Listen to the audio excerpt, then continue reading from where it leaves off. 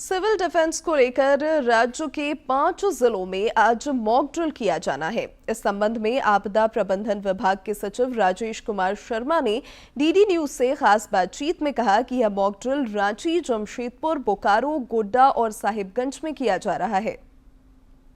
Civil defence को लेकर झारखंड में 5 जगहों पर मॉक ड्रिल आज शाम में किया जाएगा।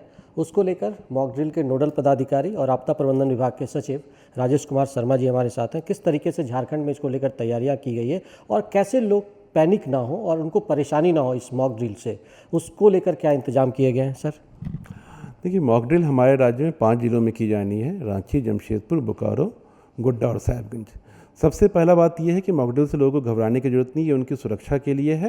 और हम लोग मॉक ड्रिल ऐसे करें ताकि हम पूर्वाभ्यास कर सकें, यदि कोई ऐसी घटना घटती है तो उसमें लोग को किस प्रकार बिहेव करना, किस प्रकार लोग अपने आप को सुरक्षित रखें, ये समझ पाएँ।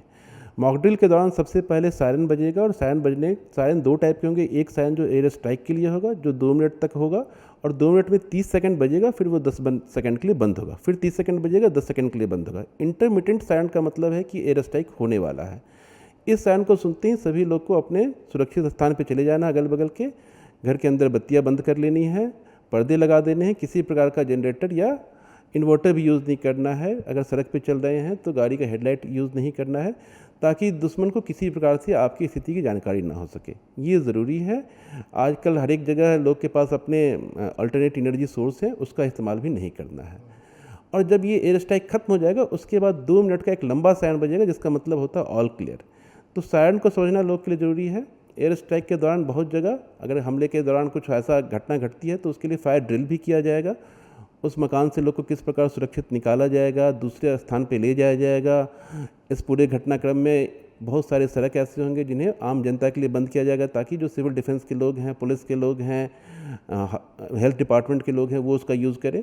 इसके लिए भी हम लोग प्रॉपर साइनेज की व्यवस्था करवा रहे हैं, ताकि लोग को पहले से पता हो। माइकिंग किया जा रहा है ताकि किसी को असुविधा ना हो। हम लोग की कोशिश है कि लोग को एक मॉक ड्रिल में किस प्रकार से घटना घट सकती है उसका एक जायज़ा दे सके और लोग उस घटना के लिए तैयार रहें।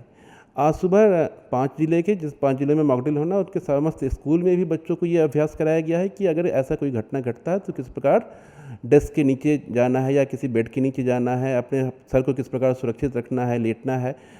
लोगों को ट्रेनिंग भी दिया जा रहा है, जहां आपदा मित्र हैं उन्हें ट्रेनिंग दिया जा रहा है। और हम लोग कोशिश कर रहे हैं कि आम जनता को इसके लिए हम लोग तैयार कर सकें। अगर ऐसी कोई घटना घटती है, अनहोनी होती है, तो जनता उसके लिए तैयार है कि उसको किस प्रकार से सुरक्षित रखते हुए हम लोग को टालना है।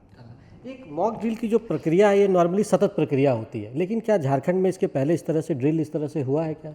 देखिए, ये मॉक ड्रिल 1971 के बाद पहली बार किया जा रहा है भारत सरकार के स्तर से, और ये मॉक ड्रिल लगभग काफ़ी लंबे समय बाद हो रहा है। ये ज़रूर है कि ये प्रक्रिया होती रहनी चाहिए, लेकिन काफ़ी समय से नहीं हुआ था, काफ़ी लंबे समय बाद 54 साल बाद हो रहा है।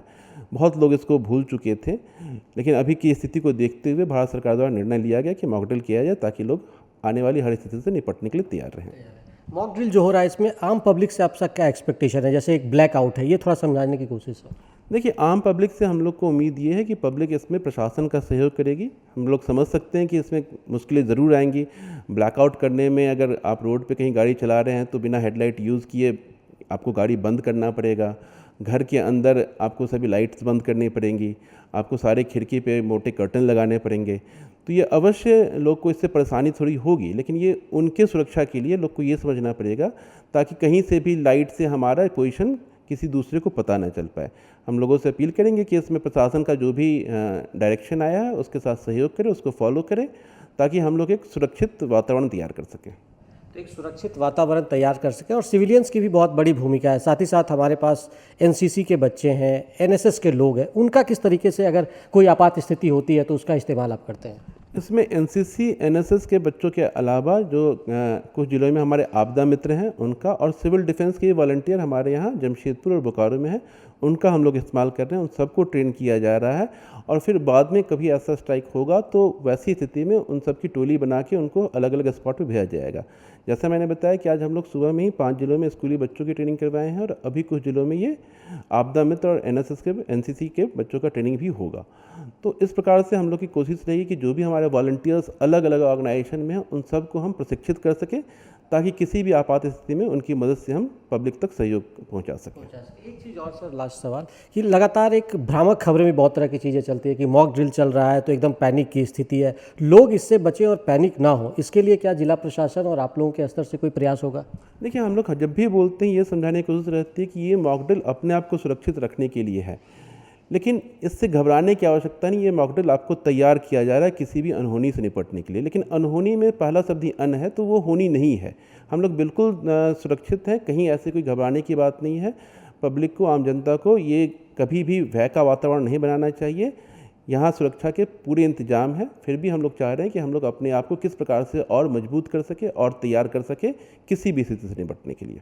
तो किसी भी हालात और आपदा की स्थिति से निपटने के लिए लगातार तैयारियां की जा रही, और MHA और भारत सरकार के साथ साथ राज्य सरकार के जो गाइडलाइंस है उसके अनुसार आज मॉक ड्रिल किया जा रहा है। और हम बात कर रहे थे मॉक ड्रिल के जो एक तरीके से कह सकते हैं सेल्फ डिफेंस के कमिश्नर, नोडल पदाधिकारी और आपदा प्रबंधन विभाग के सचिव राजेश कुमार शर्मा जी से, जिन्होंने साफ तौर पर कहा कि जो ब्लैकआउट का जो परसेप्शंस लेकर चल रही है सरकार, उसको किस तरीके से लोगों का सहयोग मिलना चाहिए, उसके लिए उन्होंने भी अपील किया है कि आप उसमें एक सिविलियन के तौर पर बेहतर नागरिक होने का भी फर्ज अदा करें। अपने सहयोगी विकास के साथ मैं दिवाकर कुमार, दूरदर्शन समाचार, रांची।